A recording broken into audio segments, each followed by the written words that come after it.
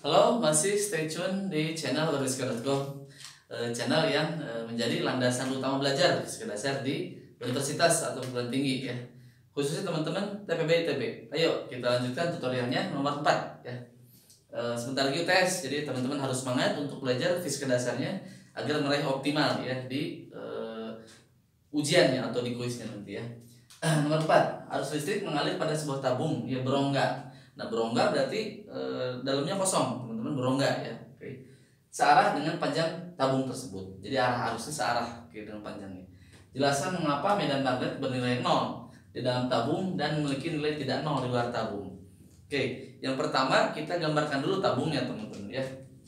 Oke, tabung berongga. Nah, seperti ini. Jadi misalkan ini ada tabung gitu ya. Oke. Anggap aja gambarnya simetris ya. Nah, seperti inilah gitu ya. Ini ada sebuah tabung ya. Oke. Nah, arah arusnya nanti searah dengan panjangnya gitu ya. Misalkan dia arah arusnya ke sini. Nah, ke sini arah arusnya ya. Nah, di sini kosong, teman-teman. Jadi di sini benar-benar kosong, udara saja ya, udara saja. Nah, kita akan menggunakan hukum ampere. Jadi teman-teman akan belajar nanti ya hukum ampere dan hukum Biot-Savart ya. Nah, sekarang kita terapkan di sini karena simetris dengan hukum ampere. Hukum ampere. Nah, jadi hukum ampere ini suatu metode ya mencari medan magnet ya. Biasanya di daerah-daerah gitu ya. Nah, kalau di medan listrik ya di hukum tentang muatan listrik itu terkait medan listrik yang akan dicari dengan metode hukum Gauss. Nah, dalam kasus ini mirip analoginya, yaitu adanya hukum ampere, teman-teman ya. Rumusnya pun mirip, teman-teman. Integral lintasan tertutup. Nah, lihat. Integral bolong itu tertutup bulat B dot dl sama dengan mu 0. Nah, ini permisivitas ya. Mu 0 dikali I n close. Nah, lagi-lagi mirip banget ya dengan hukum Gauss. Oke, jadi teman-teman jika hukum Gauss paham, hukum ini akan sangat paham sekali. Nah, B adalah medan magnet yang akan kita tinjau, yang akan kita ketahui, yang akan kita inginkan gitu. DL ini adalah lintasan ampere. Lintasan ampere ini sifatnya imajiner, teman-teman. Jadi benar-benar tidak ada di dalam real, ya, di dalam kenyataannya tidak ada. Ini hanya analogi saja, hanya perumpamaan. Oke. Metodologi saja. Oke. Nah, lintasan ampere di sini DL berarti satu dimensi, teman-teman. Ingat ya. Beda dengan lintasan permukaan Gauss. Kalau permukaan Gauss itu 2 dimensi. Nah, kalau di sini satu dimensi. Satu dimensi. Ya, jadi hanya panjang lintasannya saja. Jadi hanya panjang lintasannya saja. Panjang lintasannya saja. Nah, kemudian mu 0-nya ada nilainya. Ini ada nilainya 4pi kali 10 pangkat min 7. Oke, satuannya nanti ada.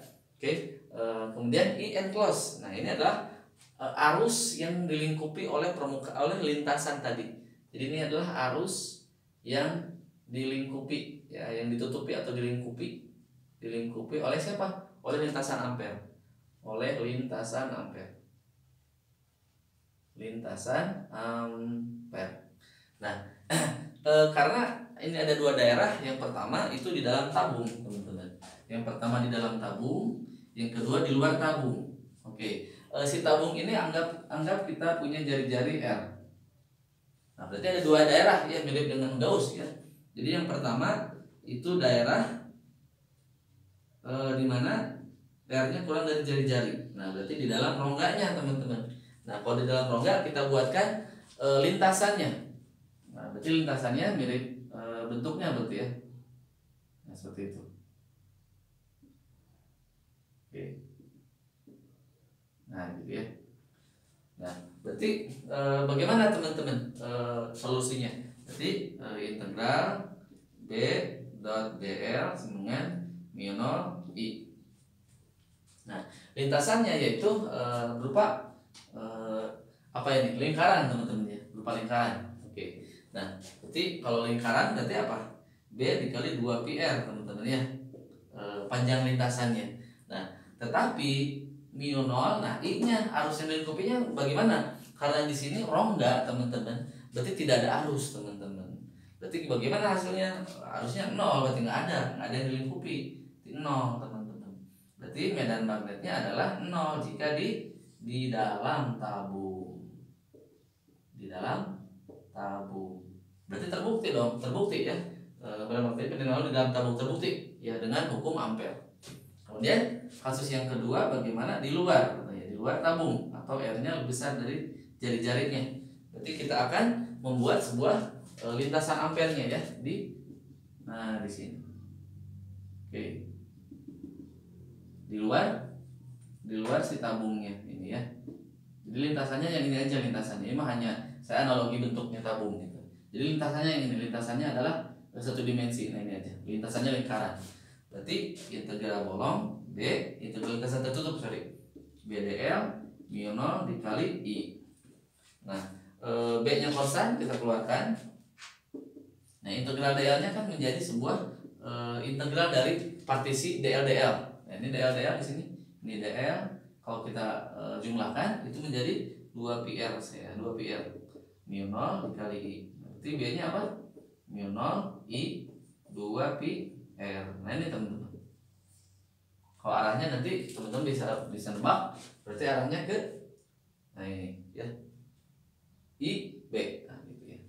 Oke, melingkar nanti. Oke. Nah, jadi besarnya seperti ini. Mu 0 I 2πr berarti I-nya tidak 0. Jadi B-nya tidak 0. B-nya tidak sama dengan 0. Berarti terjawab ya bahwa tidak 0 di luar tabung. Oke, teman-teman belajar kembali, dibuka kembali materi-materi yang akan teman-teman baca nanti tentang terkait hukum Ampere, begitupun hukum Biot-Savart ya. Jadi UTS 1 ini kemungkinan sampai tutor 5 ya. Tutor 5 itu tentang induksi elektromagnetik seperti itu. Tetap semangat, jangan lupa belajar. Dan bagi teman-teman yang baru gabung silahkan subscribe dulu channel ini, kemudian like dan share ke teman-teman yang lainnya agar mendapatkan manfaat yang dapat dirasakan selama belajar fisika dasar di universitas atau perguruan tinggi tingkat 1. Oke, sampai jumpa. Salam berfisika.com.